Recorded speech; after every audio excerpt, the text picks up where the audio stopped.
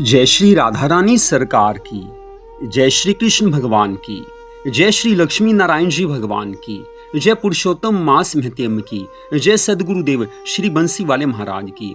पुरुषोत्तम मास के इस परम पवित्र समय में आज हम आपको पुरुषोत्तम मास महत्यम के अध्याय 27 की परम सुंदर कथा को सुना रहे हैं।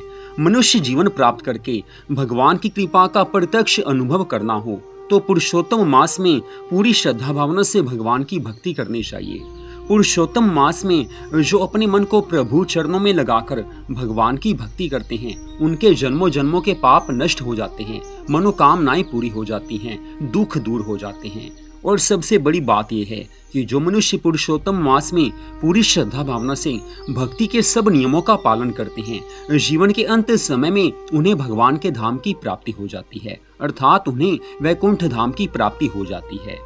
और पुरुषोत्तम मास में पुरुषोत्तम मास महत्यम की कथाओं को सुनना अपने आप में बहुत बड़ा पुण्य कर्म है, जिसका फल बहुत अधिक माना जाता है। तो अध्याय 27 की कथा इस प्रकार है। श्री नारायण भगवान देवऋषि नारद जी से आगे की कथा का वर्णन करते हुए कहने लगे हैं कि हे पुत्र नारद, महर्षि वाल्मीकि जी के इस प्रकार वचन सुनकर राजा दृढ़धनवा ने पत्नी सहित भक्ति पूर्वक महर्षि वाल्मीकि जी को दंडवत प्रणाम किया है और पूर्ण श्रद्धा और आनंद के साथ मुनि की पूजा की है। पूजा को अंगीकार करके महर्षि वाल्मीकि जी ने आशीर्वचन दिया कि हे राजन, तुम्हारा कल्याण होगा।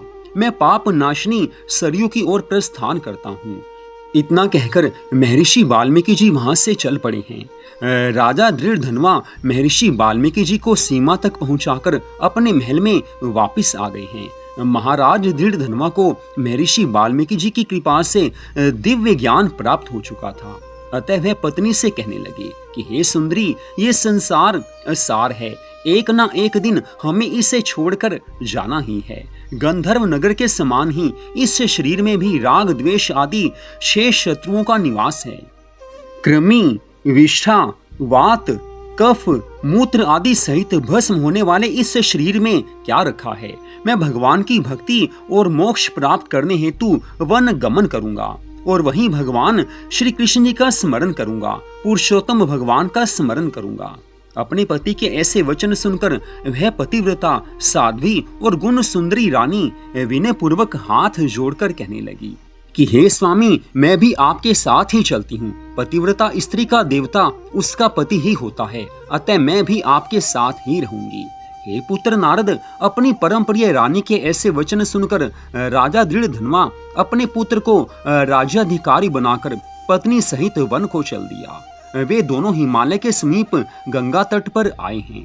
पुरुषोत्तम मास प्रारंभ होने पर पूरे मास वे तीनों कालों में स्नान आदि करते हुए पुरुषोत्तम भगवान श्री कृष्ण जी का स्मरण करते हुए वे दोनों दिन रात भगवान की पूजा आराधना करने में लग गए हैं। इस प्रकार स्नान, व्रत और पूजन करते हुए उन्होंने संपूर्ण पुरुषोत्तम मास बिता दिया।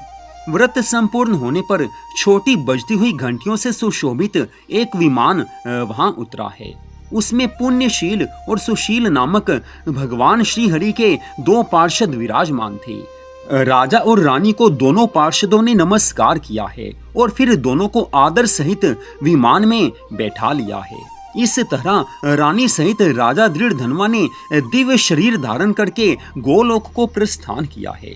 पुरुषोत्तम भगवान श्री कृष्ण जी के गोलोक में वह भगवान श्री कृष्ण जी के समीप रहकर आनंद पूर्वक निवास करने लगे। इतनी कथा सुनाने के पश्चात श्री नारायण भगवान देवऋषि नारद जी से कहने लगे हैं कि हे पुत्र नारद, मैं अपनी एक जीवा से पुरुषोत्तम मास की महिमा का बखान कैसे कर सकता हूँ। इसकी महिमा का पूरा वर्णन कोई कर ही नहीं सकता है। हे पुत्र, इस पृथ्वी पर पुरुषोत्तम मास के समान दूसरा कोई मास नहीं है। हजारों जन्म तपस्या करने से भी ऐसा फल प्राप्त नहीं होता जैसा कि पुरुषोत्तम मास में व्रत रखने पर मिलता है। भूले भिसरे जो भी इस पुरुषोत्तम मास में उपवास, स्नान, दान और जप कर लेता है, भगवान की कथा को सुन लेता है, पुरुषोत्तम मास की कथा को सुन लेता है, उसके करोड़ों जन्मों के पापों का उसी क्षण में नाश हो जाता है, अर्थात उसके करोड़ों जन्मों के पाप नष्ट हो जाते हैं। यह पुरुषोत्तम मास सब मासों में श्रेष्ठ और अक्षय फल देने वाला है। इस मास की कृपा से दुष्ट वानर भी भगवान के सानिध्य को प्राप्त हो गया था। देवऋषि नारद जी वानर की मुक्ति की बात सुनकर आश्चर्यचकित हो गए। तब उन्होंने श्री नारायण भगवान से कहा है कि हे प्रभु, वेद और शास्त्रों में मनुष्य जन्म को ही संपूर्ण मुक्ति का साधन बताया गया है। फिर वह अज्ञानी वानर पुरुषोत्तम मास की सेवा से कैसे मुक्ति को प्राप्त हो गया? हे प्रभु, सर्वजनों के हितार्थ वह कथा मुझे सुनाने की कृपा कीजिए। वह वानर पूर्व जन्म में कौन था? वह कहाँ निवास करता था और उसे क्या फल मिला? ये सारी कथा सुनाने की कृपा कीजिए।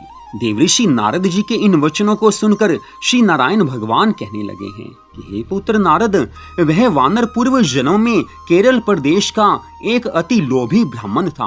पिता ने उसका नाम चित्र शर्मा रखा, परंतु अत्यंत कंजूस होने के कारण लोग उसे करदे के नाम से पुकारते थे। धन के लोभ में लिप्त रहने के कारण उसने ना तो कभी हवन किया और न ही वह अपने पितरों को तृप्त कर सका। यश के निमित्त भी उसने कभी कोई पुण्य कर्म नहीं किया। स्त्री पुत्र आदि का भी उसने उचित ढंग से पालन नहीं किया। हे पुत्र नारद, जो मनुष्य अपने संसारिक कर्तव्य कर्मों को ठीक से नहीं करता, उसे भी पाप लगता है। इस तरह वह सभी पर अन्याय और अत्याचार करता हुआ केवल धन को जोड़ने में लगा रहा। माघ मास में उसने तिलों तक का दान नहीं किया।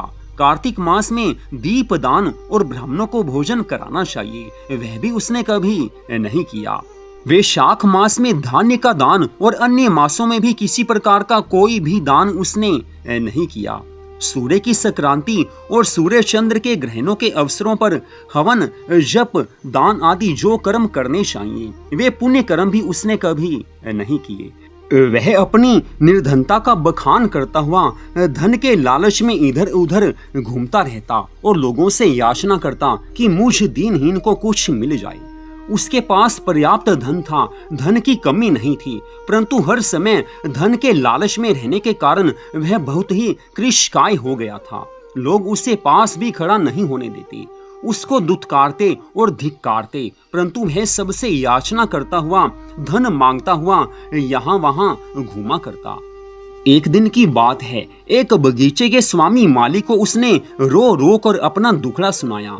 माली उसकी दीनता भरी वाणी सुनकर दया से भर उठा और उसने उसे बगीचे में रहने को कह दिया। चित्र शर्मा नाम का वह ब्राह्मण माली की हर आज्ञा को मानता, उसके कार्यों में उसे सहायता देता।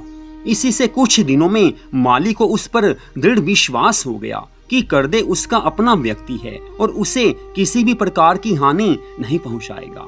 कुछ समय पश्चात माली ने बगीचे को करदे पर छोड़कर राज मंदिर में नौकरी कर ली। वहां अधिक कार्य होने के कारण माली को बगीचे की पूरी देख रेख छोड़ देनी पड़ी और इधर बगीचे में चित्र शर्मा ब्राह्मण नित्य प्रति फलों को भर पेट खाता, बचे हुए फल बेच देता और प्राप्त होने वाले धन को निर्भय होकर अपने पास रख लेता। बगीचे का स्वामी वह माली जब भी उससे आकर फलों की बिक्री से प्राप्त होने वाले धन के बारे में पूछता, तो चित्र शर्मा नाम का वह ब्राह्मण झूठ बोलकर कहता कि हे भैया, मैं तो नगर में भिक्षा मांग कर गुजारा करता हूँ। बगीचे के फलों की रखवाली करते करते परेशान हो गया, लेकिन पक्षी सारे फलों को खा जाते हैं। उस ब्राह्मण की बात पर विश्वास करके माली लौट जाता। इस प्रकार फलों को खाते बेचते उस ब्राह्मण ने 87 वर्ष बिता दिए। वेदज्ञों का कहना है कि बिना भोगे हुए पाप कभी क्षीण नहीं होते, अर्थात जो पाप कर्म किए हैं उसका फल तो अवश्य भोगना ही पड़ता है। एक समय वो भी आ गया जब चित्र शर्मा ब्राह्मण की मृत्यु हो गई। मृत्यु के समय यमदूतों ने आकर उस पर मुदगरों का प्रहार किया, तो वह रुदन करता और अत्यंत कष्ट पाता हुआ यमलोक के मार्ग पर चलने लगा। मार्ग में चलते चलते वह अपने कुकर्मों के लिए रोता चिल्लाता था कि आहा, मुझ मूढ़ की मूर्ता तो देखो, मैंने देव दुर्लभ भारत भूमि में जन्म पाकर भी ये क्या किया। धन के लोभ में सारा जीवन वृथा ही गंवा दिया, कभी कोई दान नहीं किया। भारत में जन्म लेकर भी मैंने भगवान की भक्ति नहीं की, कभी हवन नहीं किया, कभी किसी को दान नहीं किया, कभी भगवान के नाम का जाप भी नहीं किया, कभी मकर के सूर्य में गंगा जी में स्नान तक नहीं किया। पुरुषोत्तम मास के अंत के 3 उपवास भी मैंने नहीं किए। मैंने धन के लालच में पड़कर अपने शरीर को भी नहीं संवारा और ना ही ठीक से परिवार का पालन किया। मेरा सारा संचित धन पृथ्वी में गड़ा रहकर व्यर्थ चला गया। वो धन ना मेरे काम आया, ना मेरे परिवार के काम आया। मुझ दुष्ट बुद्धि ने सारा जीवन कलेश में ही बिता दिया। उस ब्राह्मण को आज ज्ञान तो मिल चुका है, लेकिन अब कुछ हो नहीं सकता। जीवन भर में जो मनुष्य पुण्य कर्म नहीं करता, मृत्यु के पश्चात वो अवश्य पछताता है। आज चित्र शर्मा ब्राह्मण पछता रहा है, पश्चाताप करता है, लेकिन अब कुछ हो नहीं सकता। इसी कारण संत और शास्त्र कहते हैं कि जब तक मनुष्य जीवन की अंतिम सांस है, तभी तक मनुष्य भगवान की भक्ति कर सकता है, पुण्य कर्म कर सकता है। लेकिन जैसे ही मनुष्य की मृत्यु हो जाती है, उसके बाद कोई पुण्य कार्य हो नहीं सकता। आज ब्राह्मण पश्चाताप करता है, विलाप करता है, लेकिन अब कुछ हो नहीं सकता। इस तरह करुण विलाप करते हुए उस चित्र शर्मा नाम के ब्राह्मण को यमदूतों ने यमराज के समक्ष पहुंचा दिया है। इससे आगे की कथा का वर्णन करते हुए श्री नारायण भगवान देवऋषि नारद जी से कहने लगे हैं कि हे पुत्र नारद, यमराज के दरबार में चित्रगुप्त उस ब्राह्मण के शुभ और अशुभ कर्मों के लेखों जोखों को देखते हुए धर्मराज से कहने लगे हैं कि हे महाराज, इस चित्र शर्मा नाम के कंजूस ब्राह्मण ने ब्राह्मण जाति में जन्म लेकर भी चोरी और झूठ बोलने जैसे अधर्म कार्य किए हैं। धन के लालच के कारण इसने कभी कोई शुभ कर्म नहीं किया, बल्कि जीवन भर पाप कर्म किए हैं। इसके 2 पाप, चोरी और विश्वासघात, तो अत्यंत ही जघन्य हैं। चित्रगुप्त के ऐसे वचन सुनकर धर्मराज कहने लगे हैं कि पहले इस कंजूस ब्राह्मण को हजारों जन्मों तक वानर की योनि में रखो, फिर इसे चोरी और विश्वासघात करने का दंड अवश्य दिया जाएगा।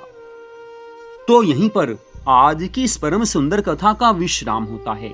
अगले भाग में आप इससे आगे की कथा को सुन पाएंगे।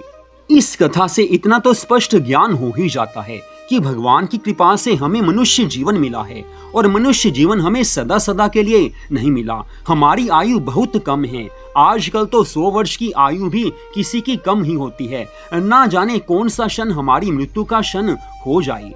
तो जीवन जितना भी है, जितना भी भगवान की कृपा से हमें जीवन मिला है, इस जीवन में भगवान की भक्ति करके पुण्य कार्य करने चाहिए, ताकि जीवन के अंत समय में हमें भगवान के धाम की प्राप्ति हो सके। पुरुषोत्तम मास ये परम पवित्र मास है, जो भगवान श्री कृष्ण जी का परम प्रिय मास है। और इस पुरुषोत्तम मास में, इस अधिक मास में हम जितना भी भगवान की भक्ति करते हैं, उसका फल करोड़ों गुना होकर हमें प्राप्त होता है। तो इस पुरुषोत्तम मास में भगवान की ज्यादा से ज्यादा भक्ति करना, भगवान के नामों का जाप करना, इन कथाओं को सुनना, श्रीमद् भागवत कथा का पाठ करना या सुनना बहुत ज्यादा बड़े पुण्य फल देने वाले ये धर्म कार्य बताए गए हैं। इन्हें अवश्य करना चाहिए। तो अगले भाग में आप इससे आगे की कथा को सुन पाएंगे। जय श्री राधा रानी सरकार की, जय श्री कृष्ण भगवान की, जय श्री लक्ष्मी नारायण जी भगवान की, जय पुरुषोत्तम मास महत्यम की, जय श्रीमद् भागवत महापुराण की, जय सदगुरुदेव श्री बंसी वाले महाराज की। जय जय श्री राधे, जय जय श्री राधे, जय जय श्री राधे श्याम।